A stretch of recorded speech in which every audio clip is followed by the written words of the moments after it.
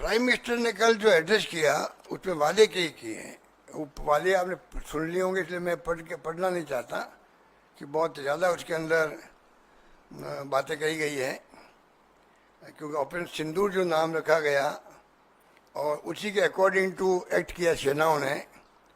पर अभी इसके बाद में जो मैं देख रहा हूँ कि प्राइम मिनिस्टर ने कहा न्यूक्लियर ब्लैकमेलिंग नहीं चलेगी, अच्छी बात है। पीओके पे और आतंकवाद पे बात होगी, बहुत अच्छी बात है। जो बातें उन्होंने कल कही है कि हम उसके अलावा आतंकवादियों को, उनके पनाहगारों को कोई अंतर नहीं करेंगे, नजर रहेगी हमारी, कार्रवाई जारी रहेगी। ये जो आपका वो कह रहे कि जो ऑपरेशन सिंदूर है ये अस्थायी रूप से स्थगित हुआ है। मैंने तो कभी सुना नहीं आज तक कि अस्थायी रूप से भी सीज फायर होते होंगे। सीज फायर का मतलब सीज फायर होता है, सोच समझ के होता है। इसका मतलब ये सीज फायर भी बिना सोच समझ के हुआ है। पता नहीं सीज फायर का क्या होगा, कब वापस भड़क जाए पाकिस्तान, कोई पता ही नहीं इसका मतलब। जब आप कह रहे हो कि तो अस्थायी है, तो अस्थायी है आपका सीज फायर, आतंक के विरुद्ध कार्रवाई जारी रहेगी। तो फिर आप बताइए ये ऑपरेशन तो स्थगित कैसे हुआ आपका? इसका मतलब तो या तो दबाव में जो अमेरिका में बैठ करके टेलीफोन पे बात की होगी प्राइम मिनिस्टर से पाकिस्तान और हिंदुस्तान के, या एमईए के विदेश मंत्री से की होगी, पता नहीं। इतना बातें क्लियर होनी चाहिए सामने। तो ये इस तरीका जो मैं समझता हूँ कि जो अपनाया गया है।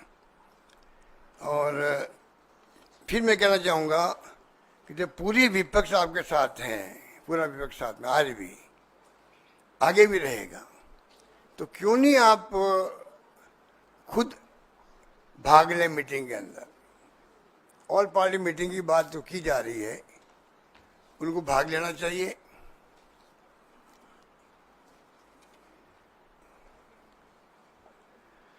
ये भाग ले नहीं रहे प्राइम मिनिस्टर, क्योंकि ये समझ के पर है कि देश का पूरा विपक्ष एक सुर में मांग कर रहा है, सपोर्ट कर रहा है आपको, साथ में मांग कर रहा है। मांग क्या कर रहा है? पब्लिक डोमेन में सब बातें आ जानी चाहिए।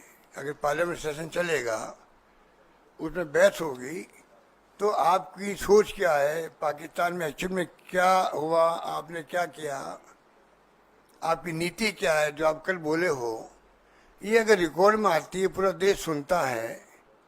ऑल पार्टी मीटिंग में कई सुझाव आते रहते हैं। 2 मीटिंग आप की है, आप खुद नहीं गए, अब तीसरी मीटिंग में आप खुद चले जाइएगा मान लीजिए, और मैसेज अच्छा जाएगा देश के लिए। सेशन बुला लीजिए पार्लियामेंट का, कोई दिक्कत नहीं होनी चाहिए।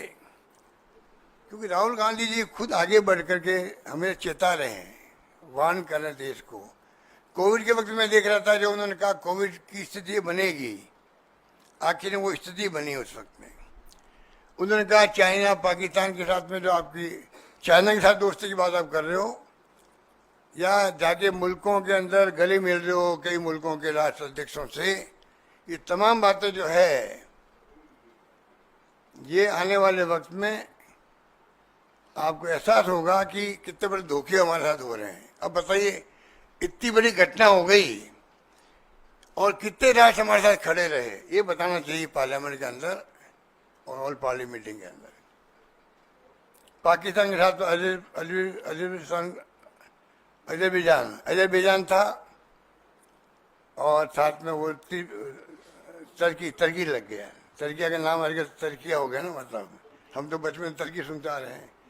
तो 2 मुल्क खुल के सामने आए।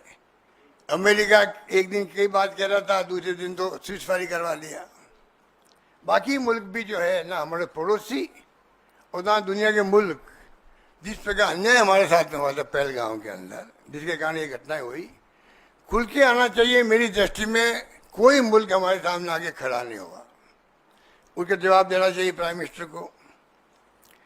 तो ये सरकार तो देखो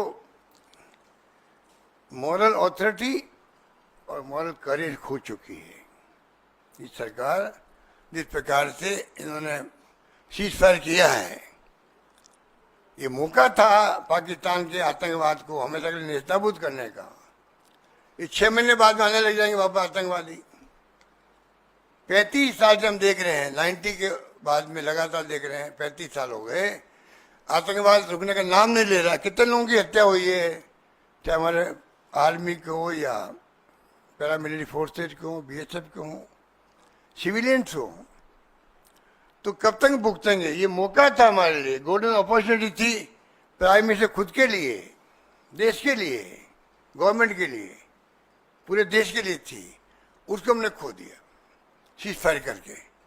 अगर सीज फायर करना ही था तो बाकायदा PM लेवल पे बातचीत होती या MEA के मंत्री हैं लेवल बात होती, कॉन्क्रीट बात होती कि कोई भी भविष्य में पाकिस्तान की सरकार, उनकी सेनाएं कोई भी अलाउ नहीं करेगी पाकिस्तान में टेररिस्ट के अड्डों को, अलाउ ही नहीं करेगी, तो उनके हाथ में है।